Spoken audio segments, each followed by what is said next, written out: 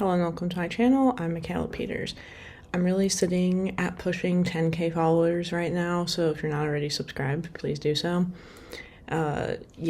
I'm just kind of, okay, I woke up this morning and I'm like, how am I going to make this interesting? And then I lay in bed until I figure out what I'm going to record on.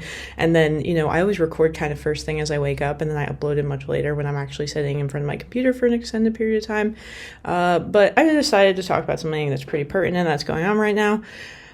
And this is a weird thing to talk about because then people are like, white privilege. No, I don't know. But I want to talk about what the process is like for buying a condo or a home or whatever we're going to call it in this situation. A one floor, one bedroom flat. I don't use the word flat. That's very like British, European kind of thing. An apartment really is what I'd call it. It's just that when you buy them in the US, we call them condos for some reason. But I want to talk a little bit about what that process is like. It's kind of what's been dumpster firing. I know people are like, you need to do this with your channel. You need to do that with your channel. That's all really cool. But currently, my channel is my $5 a day cappuccino fund that I can guilt-free go buy the matcha latte at the street cafe in the university and not feel like, man, I don't have those $5, because I am thinking a lot about what's coming up in my life, and it's going to take a lot of extreme budgeting. So thank you for your participation in my $5 cappuccino fund.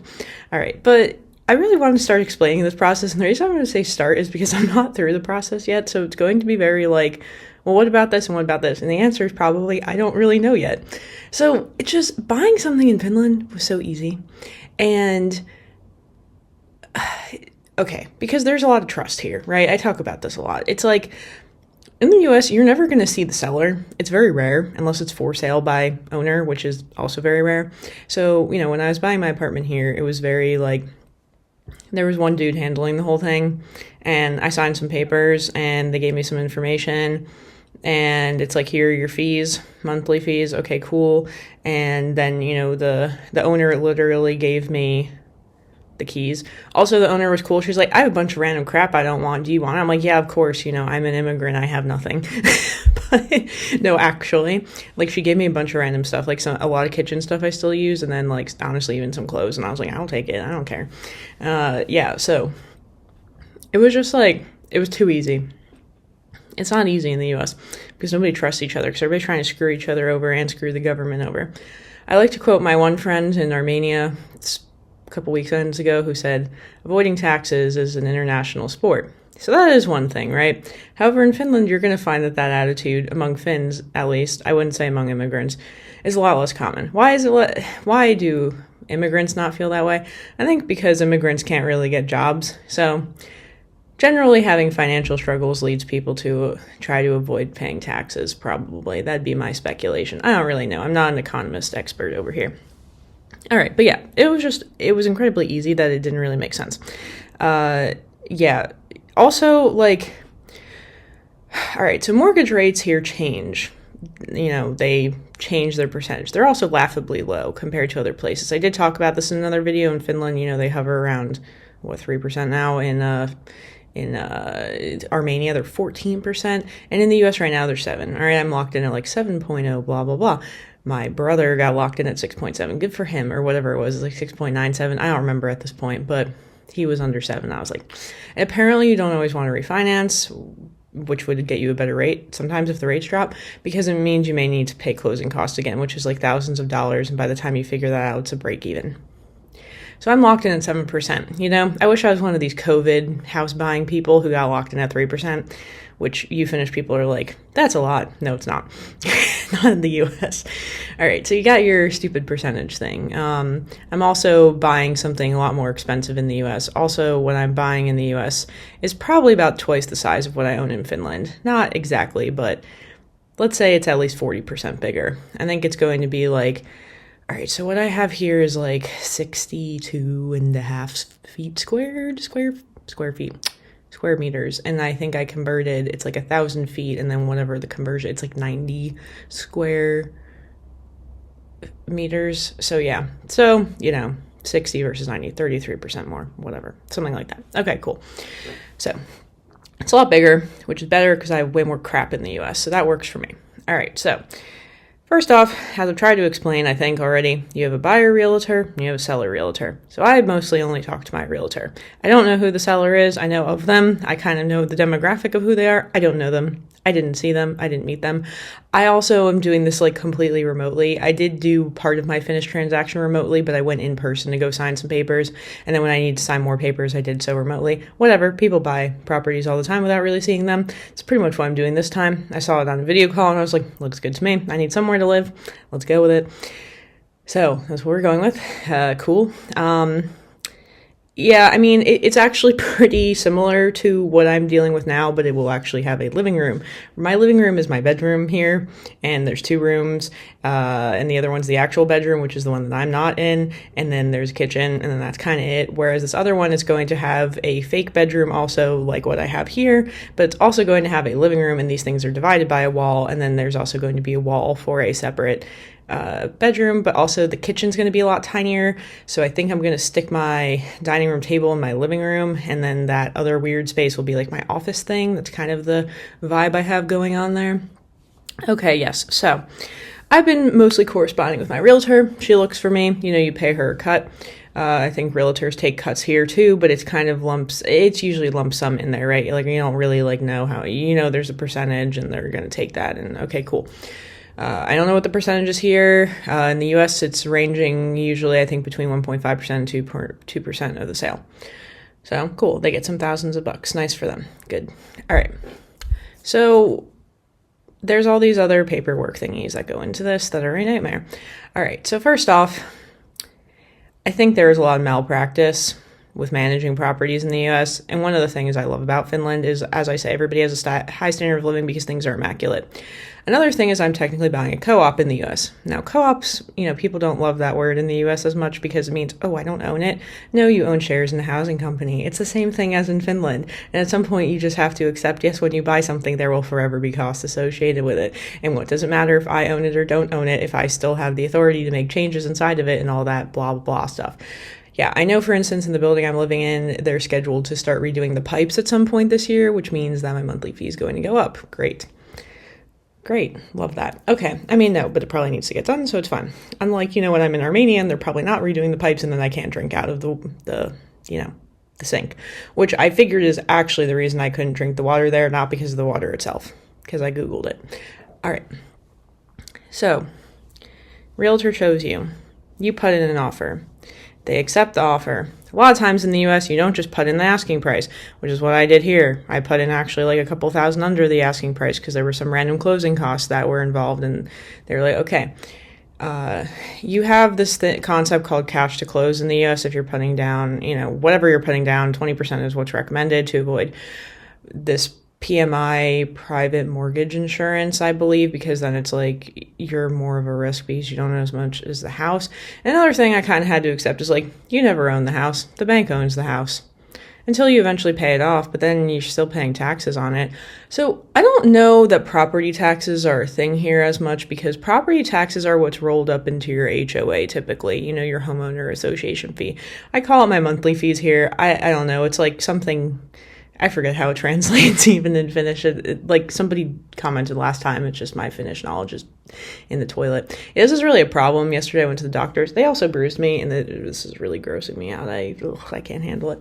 And like I probably had like 3 older people come up to me and be like, blah, blah, blah, blah, blah, in Finnish. And I'm like, en puhu suomea, mutta odota tässä. And then I think they just are confused because I can say something. And then I'm like, I don't know beyond that because I don't know. They're like waiting for the lady with like the blood work stuff. And I'm like, I don't know. I'm not her. How can I help you? Just sit there. Okay, whatever. It was pretty awkward. And then I'll say something in English and then they're like, that's a way to get like older people in Finland to stop talking to you, start speaking to them in English, and then they don't want to be involved. All right. So yes, I love to get tangential and stay not on topic with these. That's how my brain works. All right. So first you're going to make an offer. Probably needs to be above what they're asking. Then they might accept the offer. They might say we had a higher bidder. It's like eBay over here. Okay. So then that happened to me already, you know, basically twice until I got this third one. There were things I thought about putting offers in on, but I didn't, and thank God I didn't because those things were way out of my budget. All right, cool. So we end up, doing all that fun stuff. All right, next and I'm also thinking, like, people are like, why the heck are you buying something like when you're young and you could still be renting? Because, honestly, I think mentally I just got to this point where I was like, I need the stability of having a place to call home, and that is it's priceless. It's not even worth any amount of money. I mean, obviously I need to be able to pay for it, but other than that, I was like, whatever, dude, I'm doing the thing. I just talked to my one friend who we were coworkers together at the same company, and he was saying, he's like, it's kind of overrated. And I'm just like, nah, you got a roof over your head, not overrated. All right, cool. So they accept the offer. Nice. Then you got to get into attorney review. So then you have to go pay an attorney. Where is this attorney coming from? I didn't have to deal with this here. You go pay the attorney in the state of New Jersey. $1,500 is like the low end, $3,000 is the high end. So I got to pay $1,500 random attorney dude to get all these documents together. And then we need to make sure that, I'm aware of everything, and I'm aware of the mold, and I'm aware of the lead paint, because, most homes in the US still have lead paint because everything's old, probably except in Texas where they're new builds, most of them. In Finland, they probably already dealt with that. Good question. Let me know the lead paint situation here. I have no idea. No idea. Did not see anything about that here, but it is a thing, in the US, quite a problem. All right, so lead paint is a thing, and then we also have mold. So there was a big mold issue here, but they remediated it. And then my dad snuck into the crawl space, which you were not supposed to do because the crawl space belongs to the HOA, which means only they're supposed to go down there. That's also where the hot water heater is. And generally, you need to know things about the hot water heater for the next thing, which is homeowners insurance. Homeowners insurance here was so easy. I literally just went to the if website and put in my address, and then I paid a monthly fee. Speaking of which, I think I need to go in and pay more of my monthly fees. They should be sending me a bill. Okay, whatever. So I paid them something. They sent me some bill in the mail recently. Whatever, I'll just send them some money. Okay, then I usually have a balance, like where they've credited me some money. It's cool. Okay, so yeah, so I just got if here, and it was easy. I went online, typed in some stuff, blah, blah, blah, credit card, blah, blah, blah, or bank account, whatever, and then done. The end. No, that's not how it works in the US. So then I had to call an insurance person. Then you're also like, which person do I use? Because you're like, which attorney do I use? Which mortgage company do I use? Which home insurance company do I use? And there's so many different ones. And the other thing is, a lot of mortgage companies can't really lend with co-ops. Why? I don't know. Because nobody likes co-ops. Because nobody likes the concept of not owning their home. I'm making this up. I have no idea. Like, I literally don't know why it's a thing. But there was like, first my realtor was like, use this loan officer lady. But then I couldn't use her because the only places I've been looking at are co-ops. Because naturally co-ops are smaller and therefore cheaper, which is therefore in my budget. Yes. Okay. So I've been working with this other dude, and so, here's all the stuff, and then it's like, where is your money coming from? Can you send us bank statements? Can you send us the W-2s? Blah, blah, blah. Now, if you're coming in with a cash offer, you probably avoid all this, but, mortgages require quite a bit more. Yes, so there's all that. Cool. All right. So, send all the documents to the mortgage guy. They get all that together, and then you got to go in with the attorney, and they kind of need to work together a little bit. But before you can get everything together for the mortgage, you also have to secure the homeowner's insurance. Although you have a little bit of time, I think the mortgage company gives you some time to handle this. So I call this lady, and then she's like, what about the roof? And I'm like, I'm a bottom unit. The roof is not above me. What about the water heater? It's the responsibility of the HOA. I don't have access to it. I can't see how old it is. There was another question. Let me look, because I have them written down. Electrical panel. When was that replaced? I don't know. I still don't know the answer to that. I'm going to have to figure that out. Yeah, so these are all the things, and I got to, call them. Then we got to go to the HOA. So my realtor has to do that and go be like, here, oh yeah, you have to pay an application fee to be part of the HOA. I didn't do that here. They have to accept you. You have to write down your license plate number because, they got to make sure it's your car in there. Who's going to be living in there. If you have any outstanding debt or loans, what else do they want to know? You have to make sure that your, what's it called? Your debt to income ratio is less than 36%. Now, I think they usually like it to be at 40% for mortgages, but for some reason it's 36% for these co-op situations. So yeah, so basically, attorney review you can usually get in and out of in a couple days. This is now my third day in attorney review. Eek. Whatever. I'm going to have to figure out something with the homeowners association. Yes, I need to get info from them. I have to get these things called bylaws. Then I have to present the bylaws to the homeowner, the home insurance company. Then they have to be like, okay, here's your home insurance. My home insurance there is going to cost like double the square footage roughly. Square meterage. What is that even called? I don't know the noun for that. They're going to have to pay, I'm going to have to pay like $600 a year. I keep saying a month, $600 a year. And then here it's like $100 a year. So why? I don't know, dude, because America's expensive. I literally couldn't tell you. But again, this kind of gets rolled into your quoted rate, which the amazing thing is that what I am paying monthly, despite the fact that there's all these fees up front, is actually going to be cheaper than anywhere where I can find rent in my area. And it's going to be really nice and new and way bigger than what I was going to pay $2,000 a month in rent for. So that's kind of, my thing was I was like, if I find something that is less than rent, then it will make sense. And that's exactly what I found. Granted, there's a lot of let me throw all the money to my name at the wall at the beginning. Yes, it's going to be like that. Yes, I'm going to stop traveling. Yes, all the boring things about being an adult. But I was like, hey, that sounds pretty good. And then you get locked in, and then, you're paying that for 30 years instead of the rising cost of living. So that's great. I love that. Love that for myself. Yeah. So that's kind of where we're at right now. Still sitting roughly in attorney review, still sitting roughly in dealing with the home insurance stuff. And then we still need to submit the HOA application. And then I don't know how much the attorney is waiting on any of that. So and I'm dealing with a realtor. So there's 5 different things that I'm dealing with. Whereas here I'm dealing with kind of the old seller a little bit because she sold me some of the appliances here. That's a weird thing about Finland is that the appliances are not included. So your dishwasher and your washing machine is not included. That's super weird. Maybe because people don't always have those and that's kind of bougie here. In the US, that's not bougie. That's everybody has that. I don't want to say everybody, but all right, everywhere I've ever lived has that. I'm struggling to think of a place that wouldn't have that besides a college dorm, but college dorms are weird because they're literally just bedrooms. They're not even anything else. Yeah. So I don't know, whatever. So that's everything. It's quite a process. And I'm really happy that soon I'll be on the other side of it. Thank God. This has been taking forever.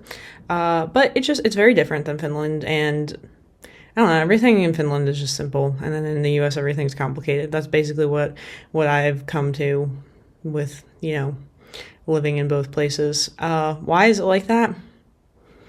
Because apparently if you make everything very complicated, it's good for capitalism and profit. Don't know if that's true. I made that up, but it could be. But yeah. All right, now I need to get back to my day. I have stuff due for a class in less than a week. I have no idea how I'm going to get it all done. Literally thought about that this morning because I have to do these summaries on these articles, which is going to take me an hour per article, and I still have 10 of them in 10 hours, and I'm trying to figure out where those 10 hours are coming from, and I'm trying to do one a day, but then I also have to do a presentation for the class. It's probably going to take me several hours. I'm kind of really happy that, at this point, I don't have a lot of, really good friends who are wanting to spend time with me every day anymore like it was when I lived here, because I just literally... I'm barely keeping up with the YouTube channel, man. Really, this is where we're at. So, whatever. That's all going to be done with soon. This nightmare of having this class. This class is so much work. Whatever. That's what you get for being a stupid PhD program. Well, yeah, but the PhD program serves a function, which is that I don't get kicked out of Finland. Cool. And I get to be here for more than 90 days. I was recently looking at the Italian citizenship thing, which they've now changed it to a grandparent and not a great-grandparent. So I'm probably kind of screwed with that. That sucks. Whatever. They're people are taking advantage of it. I'm how? Because they want to go live in another... Maybe they wouldn't like that anyway. If I'm hey, give me Italian citizenship so I can stop renewing my residence permit in Finland. Because that is how that works, kind of like the US, but it's the EU, right? The United European Union. No, I made that up. Okay. All right. I gotta go do some crap. Yeah, I hope that was interesting. If you have questions about it, let me know. I still have questions about myself, so I'll try to let you know. Yeah, then I'll try to keep coming up with some topics and get my crap done. All right, until next time, bye.